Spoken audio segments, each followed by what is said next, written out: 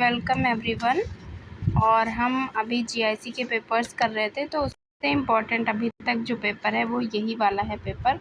और इसमें बहुत सारे नए नए क्वेश्चंस मिलेंगे आपको, बहुत ही डिफ़िकल्ट भी हैं, तो उनको नोट डाउन करके लर्न कर लीजिएगा, बहुत इम्पोर्टेंट है। और इसमें जो भी क्वेश्चंस आए हैं वो मुझे नहीं लगता कहीं और रिपीट भी हुए। जो नॉर्मल क्वेश्चन है वो तो कई जगह रिपीटेड है, लेकिन जो अच्छे क्वेश्चंस हैं वो सिर्फ इसी में है।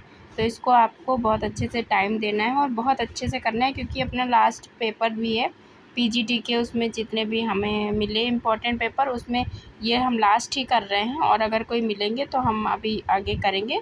अदरवाइज़ अभी तक के जितने भी किए हैं उसमें पीजीटी के लेवल पे यही वाला लास्ट पेपर है। तो हम, क्योंकि ये सबसे डिफ़िकल्ट था, तो इसको हम सबसे अच्छे से डिस्कस कर रहे हैं, और आप भी इसको सबसे अच्छे से टाइम दे के अच्छे से समझिएगा। तो चलिए शुरू करते हैं। हमारा पहला क्वेश्चन है, किसने कहा कि लौकिकीकरण को समाज के विवेकीकरण के एक माप के रूप में यूज़ किया जाता है? तो ये सेकुलराइजेशन की बात हो रही है, और उसमें वो कह रहे हैं secularisation is being used as a scale to measure rationalisation of the society. तो अगर रैशनलाइजेशन से करेंगे तो गलत हो जाएगा, आपको करना है सेकुलराइजेशन या लौकिकीकरण से। तो उसकी बात कौन करते हैं? वेबर, श्रीनिवास, AR देसाई या IP देसाई। तो वो करते हैं श्रीनिवास। ऑप्शन 2 आपका करेक्ट हो जाएगा। उसके बाद है, किस सूत्र में Z is equal to 3m minus 2x में x क्या है? तो x जो है वो आपका है मीन, और ये जो Z है वो हो जाएगा आपका बहुलक, मोड। तो इस तरह से आपका आंसर जो है वो है आंसर 1। तो इस तरह से आपने देखा, x हो जाएगा आपका मीन और मोड हो जाएगा Z, और मीडियन का होता है E या फिर M। तो कुछ भी पूछ सकता है, तो आपको तीनों पता होना चाहिए, मीन, मीडियन, मोड में क्या क्या होगा। नेक्स्ट है, कोरवी पद का प्रयोग किया गया है। तो ये क्वेश्चन इकलौता ऐसा है जो यहीं पे पूछा गया, कोरवी सिस्टम। और जिस टाइम पे पूछा गया था उस टाइम पे भी मैक्सिमम लोगों को नहीं पता होगा, क्योंकि ये कहीं मेंशन ही नहीं है। कहीं तो होगा ही, लेकिन नॉर्मली जो बुक्स पढ़ी जाती है उसमें नहीं है। तो कोरवी सिस्टम की बात की वेबर ने, मार्क्स ने, दुर्खीम ने, कॉम्प ने, तो वो की है मार्क्स ने। कोरवी system, Karl Marx. Option B. हरित क्रांति के संदर्भ में कौन सा कथन सही है? तो हरित क्रांति केवल HIV बीजों के उपयोग के बारे में ही नहीं थी, ये एक पैकेज थी। तो ये दोनों ही बातें सही हैं, और इसीलिए जो आपका ऑप्शन होगा वो हो जाएगा option C is a correct answer. Next question है हमारा, किसने हाइपोथेसिस की ये डेफिनेशन दी है, जिसने कहा है कि किसी एक ऐसी चीज़ के बारे में एक अस्थायी कथन जिसकी वैधता अज्ञात है। तो इसमें ये कह रहे हैं टेंटेटिव स्टेटमेंट है और जिसकी वैलिडिटी अननोन है। तो जब वैलिडिटी अननोन है तो वो कौन होगा? उसमें ब्लैक एंड चैम्पियन है। बहुत ही इंपॉर्टेंट डेफिनेशन है। और हाइपोथेसिस में 3-4 डेफिनेशन है जो बहुत पूछी जाती हैं, जिसमें हमने 1-2 की आपको ट्रिक भी बताई है। जैसे लुनबर्ग होगा, तो हाइपोथेसिस में वो जनरलाइजेशन की बात करते हैं। और भी बहुत सारे अस्थायी अनुमान है, और सपोजिशन है, प्रीपोजिशन है, इस तरह से करके बहुत सारी हाइपोथेसिस में डेफिनेशन है जो इम्पोर्टेंट है। तो उनको जब हम हाइपोथेसिस पढ़ाएंगे तब डिस्कस करेंगे। नेक्स्ट है, प्रतिकारी कानून यानी रेसिस्टिव लॉ जो है उसकी बात किसने की है? तो इसमें तो आपको बहुत आसानी से पता होगा, सदरलैंड, लोम्ब्रोसो, दुर्खीम या क्लोवर्ट। तो दुर्खीम ने की है। ऑप्शन सी करेक्ट हो जाएगा। निम्नलिखित में से किस विद्वान ने समय एवं स्थान को सामाजिक जीवन में नए सिरे से परिभाषित किया? और इसके लिए समय स्थान दूरीकरण, टाइम स्पेस डिस्टेंसिएशन का यूज़ किया। तो टाइम स्पेस डिस्टेंसिएशन काफ़ी इम्पॉर्टेंट है, काफ़ी पूछा जाता है। तो ये किसने यूज़ किया है? ये किया है एंथोनी गिडिंग्स ने। इसको भी लर्न कर लीजिएगा, अगर नहीं है वैसे तो ये पूछा जा चुका है 1-2 जगह क्वेश्चन, और इम्पॉर्टेंट है। किसके अनुसार सामाजिक नियंत्रण की यांत्रिकी तैतीय इच्छाओं की भांति विचलन को रोकने के लिए क्रियान्वित हो रही है? तो बहुत ही डिफ़िकल्ट क्वेश्चन है। अगर कीवर्ड भी देखें तो जनरली ऐसे मेंशन नहीं है कहीं पे। तो इसमें मैकेनिज़्म की बात हो रही है सोशल कंट्रोल के, उसमें उन्होंने सेकेंडरी डिफेंस की बात की है। तो सेकेंडरी डिफेंस की बात कौन कर रहा है? सोशल कंट्रोल में। ये आपको याद करना होगा, और इसकी बात करते हैं पार्सन्स, लैंडिस, थॉम्सन या दुर्खीम। तो वो करते हैं पार्सन्स। ऑप्शन ए करेक्ट हो जाएगा। नेक्स्ट है लोक नगरी सातत्य, फोक अर्बन कंटिन्यूम किसके द्वारा प्रतिपादन किया गया था उसको? सिंगर, रेडफील्ड, मैरियट या दुबे? तो वो है ऑप्शन बी रॉबर्ट रेडफील्ड। कौन सी शोध प्ररचना क्लासिकल प्ररचना यानी सबसे पुरानी प्ररचना के रूप में जानी जाती है? Exploratory research design, descriptive research design, experimental research design या एक्शन रिसर्च डिज़ाइन? तो ये जो स्टुअर्ट चैप्टन वाली रिसर्च डिज़ाइन सबसे पहले जो यूज़ करी गई थी एक्सपेरिमेंटल, वो सबसे पुरानी है। और जैसे क्योंकि ये पहले यूज़ होती थी साइंस में भी, उसके बाद तो ये सारे सब आए तो उसमें ये सारे यूज़ होने लगे, तो एक्सपेरिमेंटल सबसे पुरानी है। नेक्स्ट है विश्व के बारे में अपने सिद्धांत में उन्होंने बौद्धिक कारकों को केंद्रित किया। वास्तव में उन्होंने तर्क दिया कि बौद्धिक अवस्था ही सामाजिक अवस्था का कारण है। ये किसने बात कही? तो यहाँ पे एक तो ऐसे तो नहीं समझ में आएगा कि बौद्धिक कारणों की इंटेलेक्चुअल फैक्टर की कौन बात कर रहा है, और इसमें वो कह रहे हैं कि जो इंटेलेक्चुअल डिसऑर्डर है वो सोशल डिसऑर्डर की वजह से है। तो ऐसे जब आप देखेंगे तो सेरेब्रल हाइजीन की बात कौन करते हैं, जिसमें वो दिमाग की शुद्धता की बात करते हैं, तो वो उससे आप रिलेट कर लेंगे, वो है कॉम्ट। ऑप्शन बी आपका करेक्ट आंसर हो जाएगा। और बहुत ही एनालिटिकल क्वेश्चंस बने हैं जो इतनी आसानी से नहीं किए जा सकते, तो बहुत ही ध्यानपूर्वक आपको करना है और जो भी आपको इम्पोर्टेंट लगे उसको साथ ही में नोट भी करते चलना है। नेक्स्ट है निम्नलिखित में से कौन एक वैज्ञानिक शोध की विशेषता नहीं है?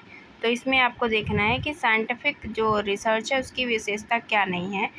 तो सत्यापनशीलता होती है, निश्चयात्मकता होती है, विशिष्टता होती है या नहीं, वैश्विकता तो होती है, ऑब्जेक्टिविटी तो होती ही है। स्पेशलिटी की बात कर रहा है, तो स्पेशलिटी की साइंस में स्पेशल की कोई बात नहीं है, तो विशिष्टता इस वजह से ऑप्शन नहीं होगा। और निश्चयात्मकता यानी निश्चित होना चाहिए, तो इस वजह से ऑप्शन बी सही है, ऑप्शन सी गलत है। हर्सल ने प्रघटनावादी विज्ञान में अपने विचारों की विवेचना हेतु जिन अवधारणाओं का प्रयोग किया है वो कौन है? तो जो हर्सल थे उन्होंने 2 कॉन्सेप्ट का यूज़ किया है, वो कौन कौन से कॉन्सेप्ट हैं? ये भी बहुत ही अच्छा क्वेश्चन है। और उन्होंने यूज़ किया है जो वो 2 कॉन्सेप्ट हैं, meaning content, bracketing of knowledge, reciprocity of meaning, intentionality of knowledge. तो उन्होंने बात की है ब्रैकेटिंग ऑफ नॉलेज की और इंटेंशनलिटी ऑफ नॉलेज की। तो ये 2 तरह की नॉलेज की बात करते हैं, 2 और 4, तो इसलिए आंसर हो जाएगा आपका सी 2 और 4 में। और इसमें जो रेसिप्रोसिटी ऑफ मीनिंग है, प्रेक्षों की पारसिकता, इसकी बात करते हैं शूट्स, ये नहीं करते हैं। तो कहीं अब ये पूछ ले तो इसका आंसर हो जाएगा आपको शूट्स। तो इसलिए सब कुछ पता होना चाहिए।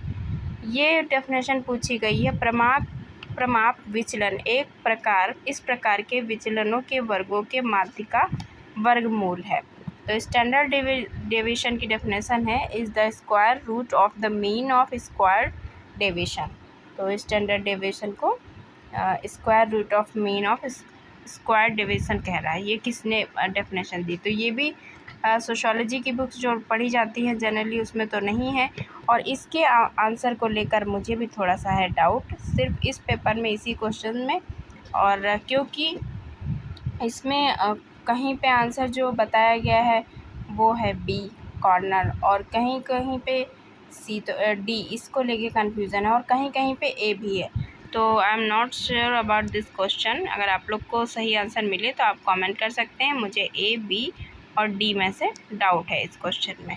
तो ये क्वेश्चन हमने आप लोगों के लिए छोड़ दिया, आप लोग इसको सही करके क्रॉस चेक करके जहाँ भी मिले वैलिड प्रूफ के साथ, या आप अगर श्योर हैं तो आप कमेंट सेक्शन में मेंशन कर दीजिएगा, तो अदर स्टूडेंट्स को भी बेनिफिट हो जाएगा। नेक्स्ट हमारा है किस वर्ष अनुसूचित जाति परिभाषित शब्द जो है वो परिभाषित किया गया?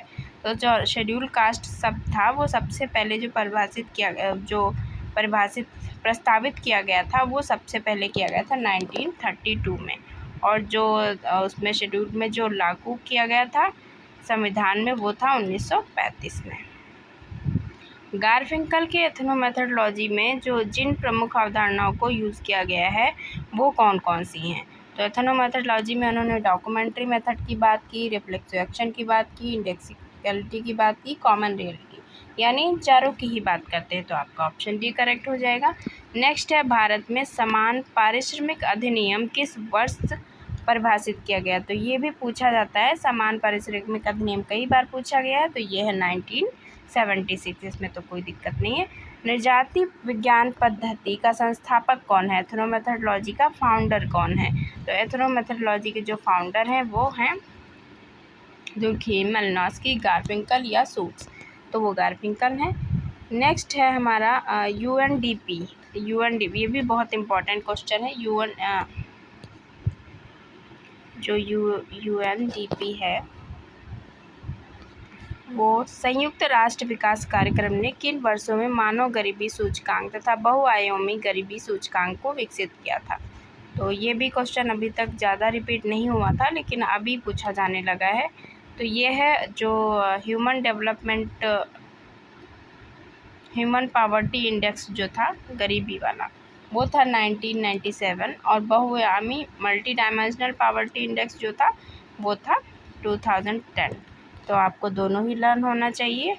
अगर बात होगी HPI की तो वो हो जाएगा 1997, और अगर बात होगी मल्टी डायमेंशन MPI की तो वो हो जाएगा 2010। वो लेटेस्ट है, MPI लेटेस्ट है और HPI जो था वो पुराना था। नेक्स्ट है, यह सत्य है कि आर्थिक विकास के वर्तमान स्तर की दृष्टि से एशिया अति शहरीकृत है। ये भी बहुत इंपॉर्टेंट डेफिनेशन है और अभी इसमें तो पूछी गई है, नेक्स्ट फिर पूछी जाने की पॉसिबिलिटी है। ये तो बुक्स में मेंशन है, इसमें कोई दिक्कत नहीं है। हॉसर, गोरे, डेविस, मैक्की, तो ये है हॉसर की, इसलिए ऑप्शन ए करेक्ट हो जाएगा। और समाज एक सामान्य पद है, ये भी बहुत इंपॉर्टेंट डेफिनेशन है, जिसमें सोसाइटी को एक जेनेरिक टर्म के रूप में डिफाइन किया है। किसने? अब्राहम, रेमंडेरा, योगेश अटल या आंद्रे बेते। तो ये बहुत इंपॉर्टेंट डेफिनेशन है योगेश अटल की, और उन्होंने जो सोसाइटी है उसको एक जेनेरिक टर्म के रूप में परिभाषित किया है। तो ये भी इम्पॉर्टेंट है और कहीं भी नहीं पूछी गई है, तो आप इसे ज़रूर नोट कर लें। कस्तूरबा बालिका गांधी विद्यालय योजना जो स्टार्ट की गई थी वो 2004 में स्टार्ट की गई थी। ऑप्शन सी करेक्ट हो जाएगा। नेक्स्ट है, निम्नलिखित में से कौन वैज्ञानिक शोध की विशेषता नहीं है? ये तो सेम पेज रिपीट हो गया है आई थिंक, तो इससे हम स्किप कर देते हैं।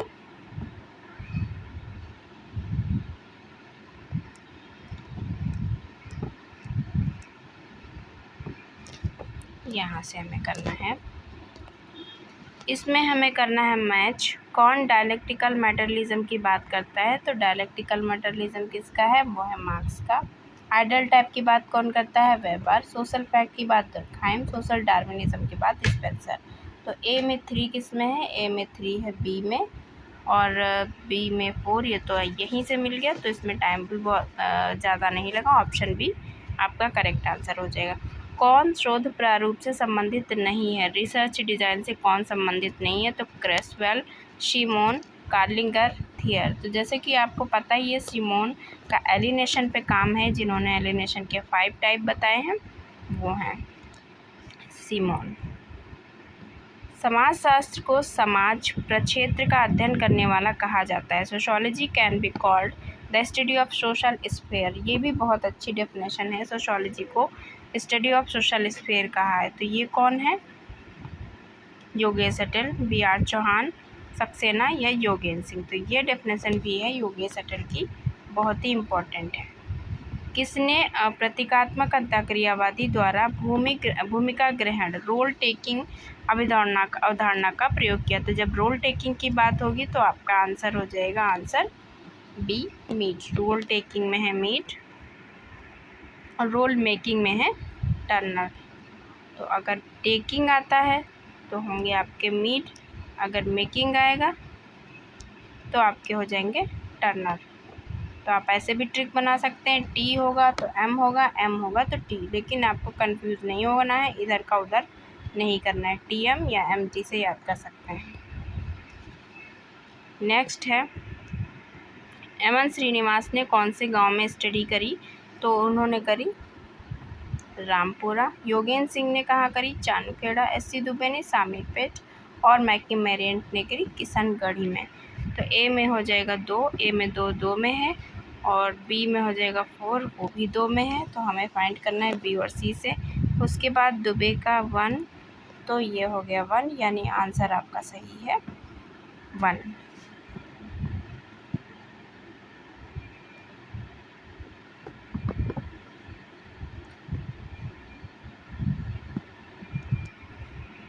नेक्स्ट है, भारत में पश्चिमीकरण की प्रक्रिया के कारण जो भी बदलाव आए हैं उनमें से 4 शीर्षकों में उनको विभाजित किया गया है। पहला है एलिमिनेटिव चेंजेस, दूसरा है एडिक्टिव चेंजेस, तीसरा है सपोर्टिव चेंजेस, चौथा है सिंथेटिक चेंजेस। एक तो यहाँ पे आपको यही लर्न करना है कि ये चेंजेस कौन कौन से हैं। मैं भी अब ये क्वेश्चन पूछ ले कि किसने, और नीचे बताया कि जो भी उप सामान्यीकरण है का उल्लेख किया गया वो किसने किया। तो ये आप पहले ढूंढ लीजिए, योगेंद्र सिंह, श्रीनिवास, बीबी मिश्रा। तो ये लोग तो होंगे नहीं, इन दोनों में से आपको ढूंढना है। तो ये हो जाएंगे अलातास। अलातास ने जो ये बताए हैं 4 चेंजेस। तो आपको अब ये याद कर लेना है, कहीं क्वेश्चन में आ गया कि कौन सा उन्होंने नहीं बताया है। तो एलिमिनेटिव चेंजेस की बात करते हैं, एडेक्टिव चेंजेस की बात करते हैं, सपोर्टिव और सिंथेटिक। तो EASS हो जाएगा एलिमिनेटिव और एडेक्टिव, सपोर्टिव, सिंथेटिक। ये चेंजेस है, EASS आपको लर्न कर लेना है, ये भी इम्पोर्टेंट है। सहभागी अवलोकन, पार्टिसिपेंट ऑब्जर्वेशन किससे जुड़ा है? Bernard, Young, Boas, Lindeman. ये तो पूछा जा चुका है, तो लिंडमैन ऑप्शन हो जाएगा। नारी मुक्ति के लिए निम्न चरण किसने सुझाए? जिसमें है गृहस्थ महिलाओं की भूमिका की समाप्ति, परिवार की समाप्ति। तो ये डेफिनेशन भी बहुत इम्पोर्टेंट है और आपको लर्न करना पड़ेगा अगर नहीं है। ये बात की है ओकले ने। नारी मुक्ति के लिए 2 चरण बताए हैं, उसके लिए क्या क्या बताया है? Abolish housewife role, abolish family. 2 चीज़ें का अबोलिशन की बात की है। हाउस वाइफ रोल हटे और फैमिली, परिवार, ये 2 चीज़ें हटे तभी नारी मुक्ति के होगी। मीड के लिए प्रतीकात्मक अंतःक्रियावाद की महत्वपूर्ण जड़ें कौन सी हैं? जब हम सिंबॉलिक इंटरेक्शनिज्म की बात करेंगे तो उसमें आता है फिलॉसफी ऑफ प्रैग्मेटिज्म और साइकोलॉजी ऑफ बिहेवियरिज्म। ये दोनों ही प्रतीकात्मक अंतःक्रियावाद की जड़ें हैं। तो इसीलिए इसका आंसर क्या हो जाएगा? फर्स्ट और सेकंड दोनों। प्रतिस्पर्धा को शांतिपूर्ण संघर्ष के रूप में किसने देखा? तो देखिए इस क्वेश्चन के भी 2 आंसर हैं, और इसमें इन्होंने जो माना था वो आई थिंक उन्होंने कोज़र माना था, और कोज़र और वेबर, इन दोनों में ही लेके है कन्फ्यूज़न, क्योंकि कहीं कहीं पे माना गया है वेबर को और इन्होंने माना कोज़र को। तो अब आप लोग भी इसमें करेक्ट आंसर ढूंढ के कमेंट कर सकते हैं कि क्या करेक्ट आंसर होना चाहिए, क्योंकि दोनों ये क्वेश्चन में दोनों ही जो हैं वेबर और कोज़र, दोनों को ही ठीक माना गया है, कहीं पे ये कहीं पे ये। तो इस क्वेश्चन को भी लेके है डाउट, और इसके आंसर्स जो 2 हैं वो हैं ये C एंड D। अब आयोग कौन मानता है किसमें? ये आयोग पे डिपेंड करता है, और ये अपनी फाइनल आंसर की भी बाद में नहीं देते हैं, जो भी मान लेते हैं उसी को मानते हैं।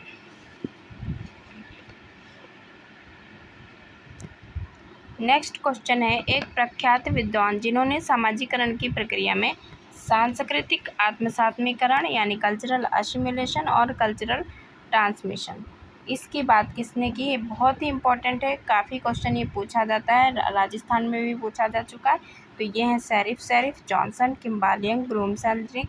तो ये हैं किम्बाल यंग। ऑप्शन C आपका करेक्ट आंसर हो जाएगा। नेक्स्ट है,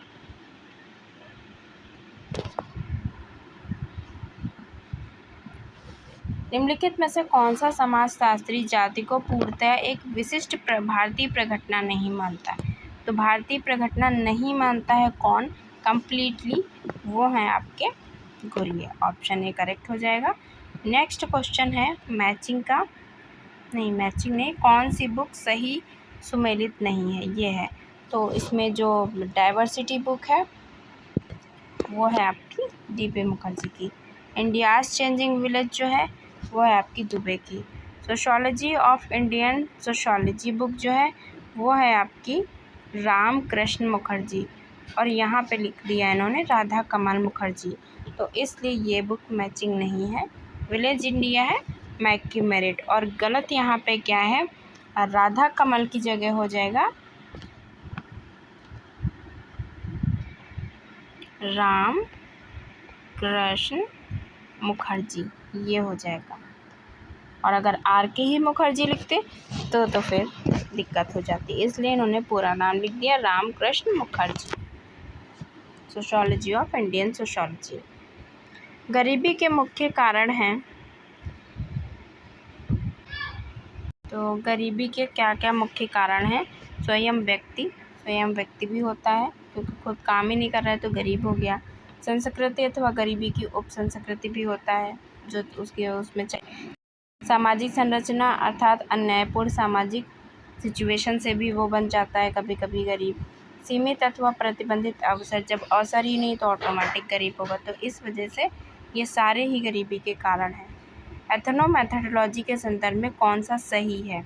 तो ethnomethodology does not use common sense method, ये तो ठीक है, वो कॉमन सेंस मेथड नहीं यूज़ करता है। The study common sense method of constructing reality, यथार्थ निर्माण की सामान्य बोध पद्धति का अध्ययन करते हैं, तो वो करते हैं स्टडी किसकी? Common sense method of constructing reality, तो उसका यूज़ नहीं करेंगे कॉमन सेंस मेथड का, लेकिन यथार्थ निर्माण की सामान्य बोध पद्धति का अध्ययन करेंगे।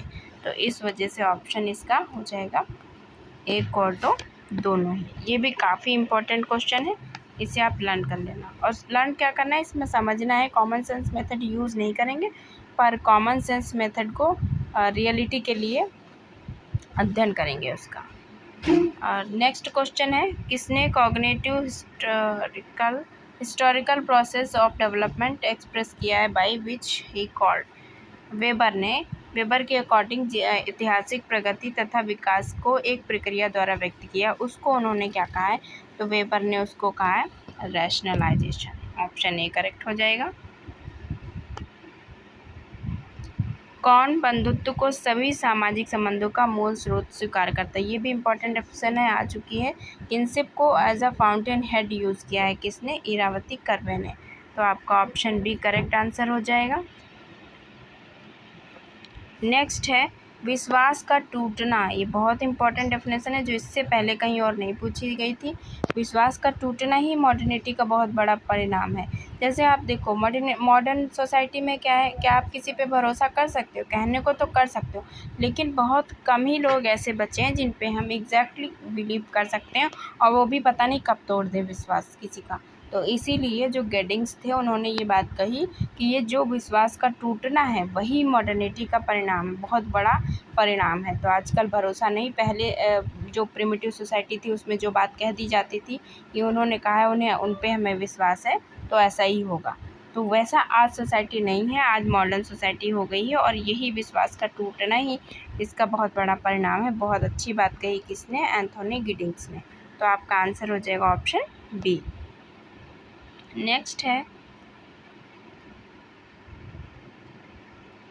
मीड के अनुसार स्वयं का सार होता है। मीड के अनुसार स्वयं का सार क्या होता है? रोल टेकिंग, रिफ्लेक्सिविटी, कॉन्सेंसस या नॉन ऑफ दीज, तो वो होता है रिफ्लेक्सिविटी, ऑप्शन बी। सामाजिक नियंत्रण की यांत्रिकी के अंतर्गत निम्नलिखित में से किसने टालकट पार्सन्स ने किसको यूज़ नहीं किया? तो उन्होंने पॉजिटिव मैकेनिज़्म को यूज़ किया है, नेगेटिव मैकेनिज़्म को यूज़ किया है, थेरेप्यूटिक मैकेनिज़्म को यूज़ किया, लेकिन सेफ्टी वॉल मैकेनिज़्म को यूज़ नहीं किया है। तो इस वजह से आपका ऑप्शन ए हो जाएगा करेक्ट। नेक्स्ट है, कार्यस्थल पर महिला उत्पीड़न रोकथाम का जो निवारण एक्ट बनाया गया वो कब बना? तो वो बना है 2013 में। Harassment at work place. सामाजिक सर्वेक्षण के लिए डेटा कलेक्शन की कौन सी पद्धति प्रयोग में लाई जाती? तब जब आप सोशल करेंगे तो क्वेश्चनायर या स्ट्रक्चर्ड इंटरव्यू ही करेंगे, तो ऑप्शन ए करेक्ट हो जाएगा। नेक्स्ट है, सामाजिक संरचना को संस्थागत और व्यवस्था तथा क्षेत्रों में, ये बहुत इंपॉर्टेंट डेफिनेशन है, और अक्सर ही पूछी जाती रही है। तो संस्था संरचना को संस्थागत व्यवस्था और क्षेत्रों के संदर्भ में परिभाषित किया है। स्ट्रक्चर को इंस्टीट्यूशनल ऑर्डर और स्पेयर्स के उसमें यूज़ किया है। तो ये डेफिनेशन है गर्थ और मिल्स की, बहुत ज़्यादा पूछी जाती है, तो इसे भी अगर पता नहीं है आपको तो आप नोट कर लेना। अनुसूचित जातियों तथा जनजातियों के लिए शिक्षा और आर्थिक हितों की रक्षा के लिए भारतीय संविधान के किस अनुच्छेद में इसका उल्लेख है? तो शिक्षा और आर्थिक हितों का जो उल्लेख है वो है आर्टिकल 46 में। नीचे दो कथन दिए गए हैं, अब ढूंढना है। IRDP 1980-81 में स्टार्ट हुआ, ये क्रेडिट से जुड़ा हुआ कार्यक्रम था। तो ये दोनों ही बात ठीक है, लेकिन पहले तो ये बता रहे हैं स्टार्टिंग कब हुई और इसमें कह रहे हैं इससे जुड़ा हुआ कार्यक्रम था। तो जो बातें हैं वो थोड़ा अलग अलग हो रही हैं दोनों में, इसलिए दोनों ठीक हैं लेकिन व्याख्या इसकी ठीक नहीं होगी। नेक्स्ट है, किसने कहा संयुक्त परिवार हमेशा एक रोमांचक समूह रहा? तो रोमांचक समूह किसका रहा? रोमांचक समूह रहा है Irawati Karve. Option B is a correct answer. संज्ञानात्मक ऐतिहासिक परिप्रेक्ष्य कॉग्निटिव हिस्टोरिकल डेवलप अप्रोच की बात कौन करता है? कॉग्निटिव हिस्टोरिकल जो अप्रोच है उसकी बात करते हैं देसाई, ड्यूमा, मैककिमेरेट, श्रीनिवास। तो वो करते हैं ड्यूमा। ऑप्शन 2 आपका करेक्ट हो जाएगा। नेक्स्ट है,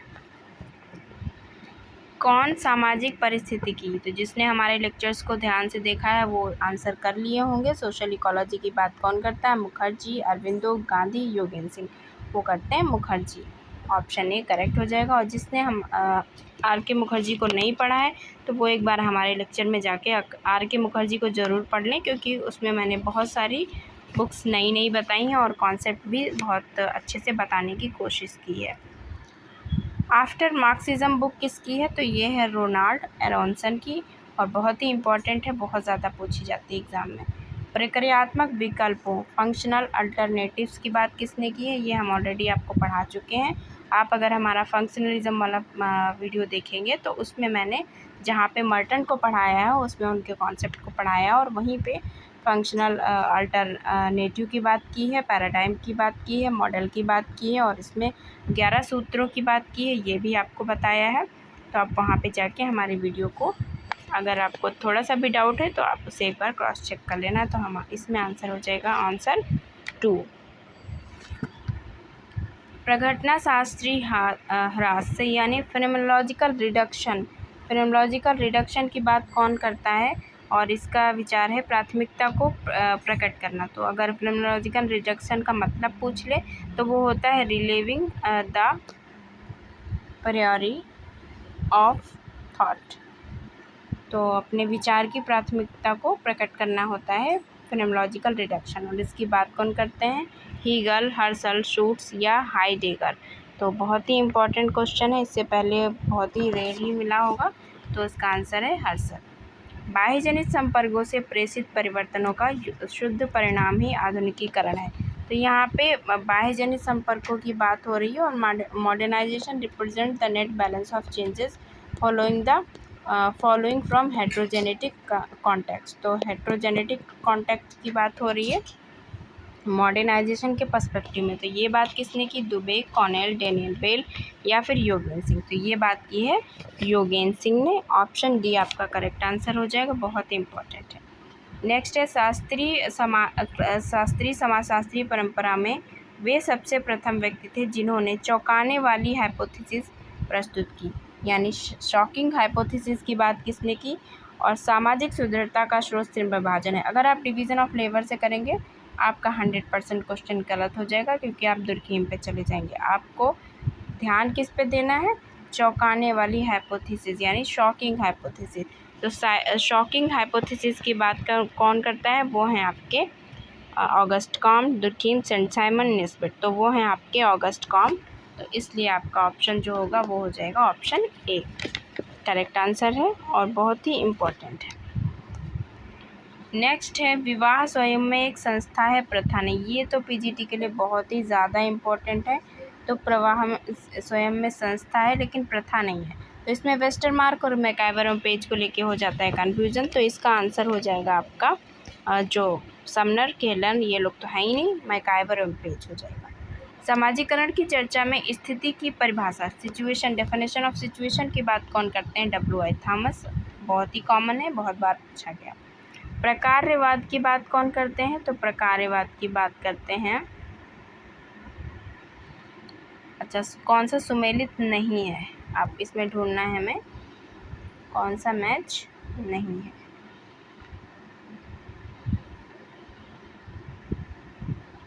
तो प्रकार्यवाद ब्राउन, डेहरेंडार्फ संघर्ष, प्रघटना phenomenology Peter Blau, symbolic interactionism Bloom है। तो फेनोमेनोलॉजी ब्लाउ की नहीं है, उसमें तो हर्सल और ट्रूप्स आते हैं, इसलिए ऑप्शन सी आपका मैच नहीं है। दुर्खीम के अनुसार सामाजिक निम्नलिखित में से कौन सी एक विशिष्ट विशेषता सामान्य चेतना की नहीं है? तो यहाँ पे पूछ रहा है कि कॉमन कॉन्शियसनेस की कौन सी विशेषता नहीं है। तो कॉमन कॉन्शियसनेस में क्या होगा? Density, volume, intensity, determination. ये भी बहुत इंपॉर्टेंट है और बहुत ज़्यादा पूछे जाने की पॉसिबिलिटी रहती है, क्योंकि छोटे छोटे चीज़ों में कन्फ्यूजन हो जाता है। तो कॉमन कॉन्शियसनेस की जो विशेषता नहीं है वो है डेंसिटी। डेंसिटी की वो बात उसमें नहीं करते हैं, ठीक है।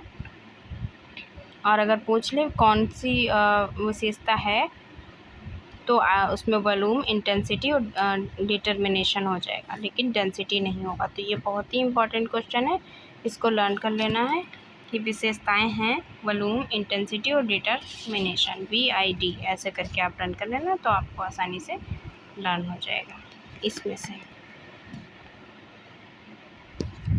नेक्स्ट है, निम्नलिखित में से कौन सा वेबर द्वारा प्रस्तुत सत्ता के प्रकारों में से नहीं है? तो कौन सा नहीं है? ट्रेडिशनल है, रैशनल लीगल है, करिस्मेटिक है और तानाशाही नहीं है, ऑटोक्रेटिक नहीं है। सामाजिक जीवन के स्तर में जब हम मध्य स्तर पर बात करेंगे तो प्रक्रिया और संरचना पर ध्यान केंद्रित वाले सामाजिक सिद्धांत को क्या कहेंगे? सूक्ष्म, माइक्रो, मैक्रो, नैनो। तो इन तीनों में से ही कोई नहीं है। क्यों? क्योंकि हम इसकी करते हैं मिडिल रेंज, इसको हम कहते हैं मिडिल रेंज थ्योरी जब मध्य स्तर पे करते हैं, ओके। इसलिए ये आपका आंसर है, उपयुक्त में से कोई नहीं, option D is a correct answer. किसके कारण अकबर ने 150 सामाजिक परिवर्तनों को संकलित किया था? तो उन्होंने रेडियो का यूज़ किया था, और ये इससे पहले और कहीं नहीं पूछा गया था, इसी में पहली बार आया था, तो कई लोगों का ये क्वेश्चन गलत हो गया था। 20 स्टेटमेंट टेस्ट, TST किसके द्वारा विकसित किया गया? तो TST विकसित किया गया शिकागो स्कूल के द्वारा। ये भी बहुत इंपॉर्टेंट क्वेश्चन है, लर्न कर लीजिएगा। नेक्स्ट है, सहयोग की सबसे पहले व्याख्या किसने की?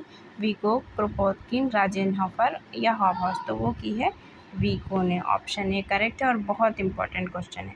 रोल सेट और स्टेटस सेट की बात कौन करता है? हम ऑलरेडी इसके पहले वाले GIC के पेपर में बता चुके थे, उसकी बात करते हैं मर्टन, ऑप्शन सी। शहरीकरण, जनसंख्या संकेंद्रण, यहाँ से आंसर आपको मिलेगा urbanization is a process of population concentration. जब पॉपुलेशन कंसंट्रेशन की बात होती है, शहरीकरण को ऐसा प्रोसेस माना है पॉपुलेशन कंसंट्रेशन का, और वो कहते हैं ये दो तरह से आगे बढ़ती है, एक तो एकाग्रता के बिंदुओं को गुणन करता है, दूसरा व्यक्तिगत एकाग्रता के आकार में वृद्धि। तो अगर आप नहीं भी ये पढ़ेंगे तो भी यहाँ से आंसर कर लेंगे। जनसंख्या संकेंद्रण की बात करते हैं हो डिस्टल, तो ऑप्शन ए आपका करेक्ट आंसर है और ये कहीं भी नहीं पूछा गया है।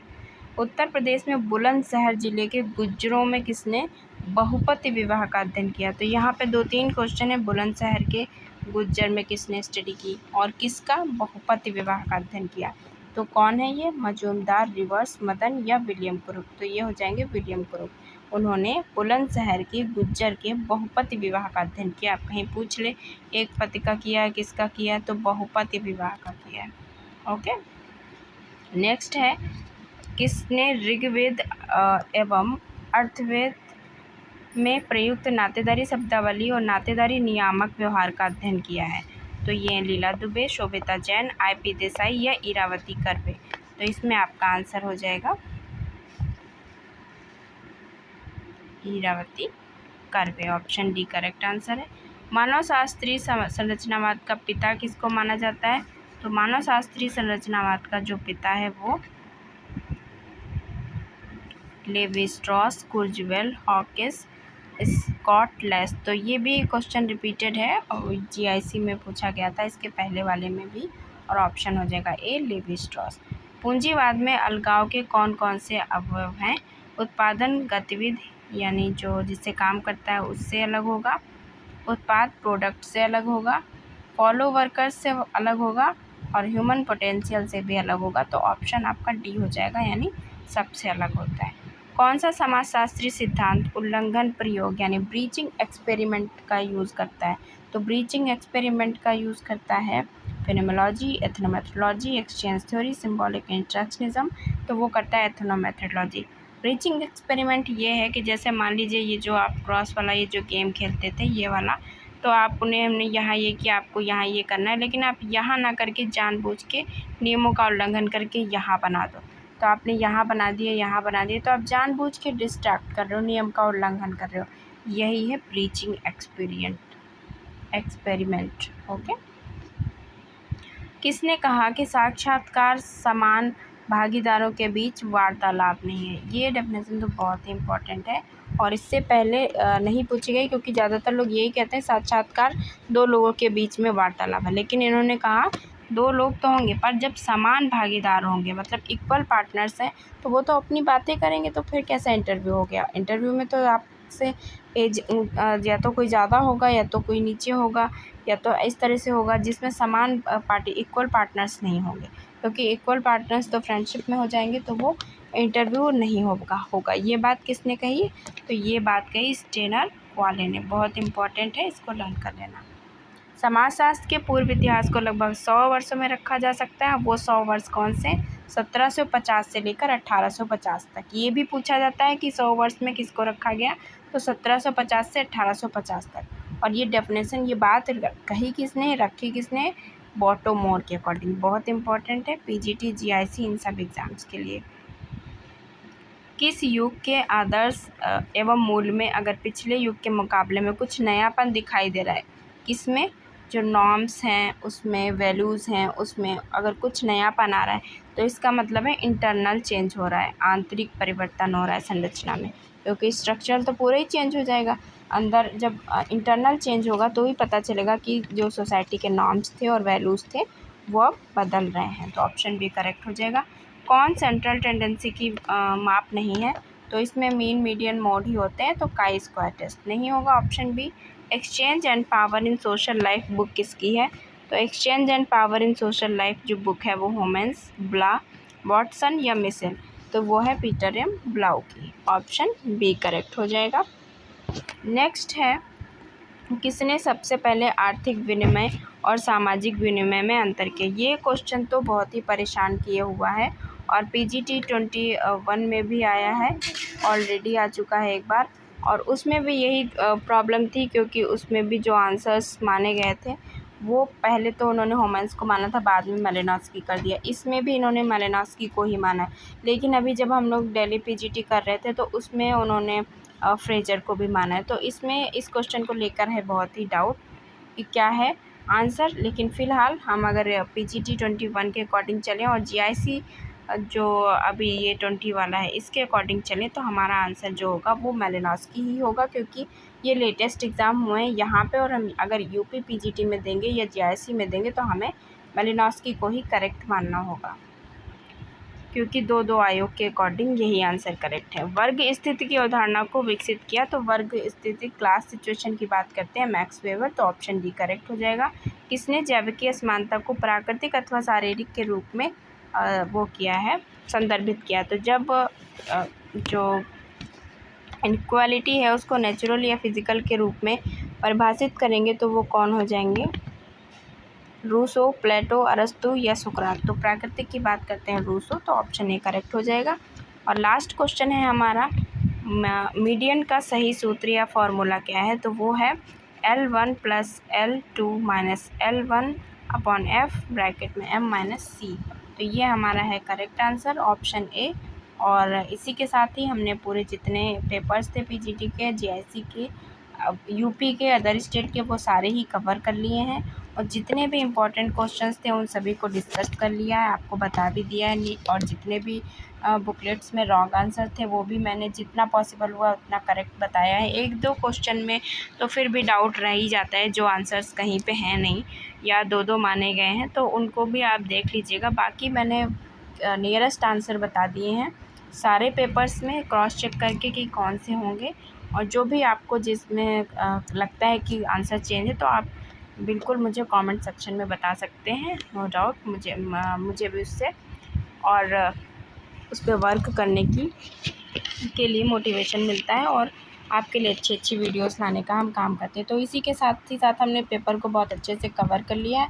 अब आपका काम है जो भी क्वेश्चंस आपको नहीं आते हैं उनको कर लीजिए नोट और उनको ही रिवाइज़ कर लीजिएगा। और कोशिश करिएगा कि पेपर जब तक नहीं हो रहा है आपका तब तक पेपर्स को ज़रूर ही रिवाइज़ करिएगा, क्योंकि पीजीटी में काफ़ी ज़्यादा रिपीटेड क्वेश्चंस आते हैं। तो इसी के साथ wish you all the best और thank you for watching the video.